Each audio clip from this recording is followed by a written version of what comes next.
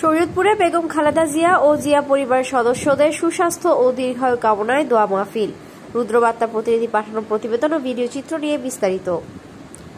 শরীয়তপুরে BNP chairperson ও সাবেক প্রধানমন্ত্রী বেগম খালেদা জিয়া ও জিয়া পরিবারের সকলের সদস্যদের সুস্বাস্থ্য এবং দীর্ঘায়ু কামনায় দোয়া মাহফিল অনুষ্ঠিত হয়েছে। মঙ্গলবার 6 মে 2025 সন্ধ্যায় শরীয়তপুরের পাকার মাথা এলাকায় স্থানীয় বিএনপির কার্যালয়ে শরীয়তপুর পৌরসভা বিএনপি নেতা সুমন খানের আয়োজনে ও যুবদল নেতা শাহিদ মাতবরের সার্বিক সহযোগিতায় উক্ত দোয়া মাহফিল অনুষ্ঠিত হয়। অনুষ্ঠানে প্রধান অতিথি ছিলেন শরীয়তপুর জেলা বিএনপির সহসভাপতি শাহ মোহাম্মদ আব্দুস সালাম, শরীয়তপুর পৌরসভা বিএনপির সভাপতি অ্যাডভোকেট লুৎফর রহমান ঢালী সভাপতিত্বে ও জেলা জাসাসের সাধারণ সম্পাদক মঞ্জুর হাসানের সঞ্চালনায় অনুষ্ঠানের প্রধান বক্তা ছিলেন জেলা বিএনপি যুগ্ম সাধারণ সম্পাদক ও জেলা যুবদলের সভাপতি আরিফুজ্জামান মোল্লা।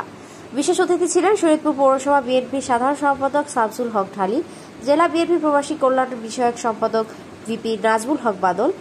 এ সময় উপস্থিত ছিলেন জেলা যুবদল নেতা আলী আহমেদ মোল্লা, অ্যাডভোকেট বিএম মনোয়ার হোসেন, পৌরসভা যুবদলের সভাপতি ডিএম কামাল হোসেন, সাধারণ সম্পাদক নুরুজ্জামান ব্যাপারী, পৌরসভা বিএনপি নেতা খোকন মোল্লা, যুবদল নেতা জাহাঙ্গীর দেওয়ান, ইদ্রিস মোল্লা, সুলতান পাহাড়, সোলাইমান খান, নাসির ঢালী, মহসির হাওলাদার, রুবেল মোল্লা সহ বিএনপি ও অঙ্গ সহযোগী সংগঠনের বিপুল সংখ্যক নেতাকর্মী।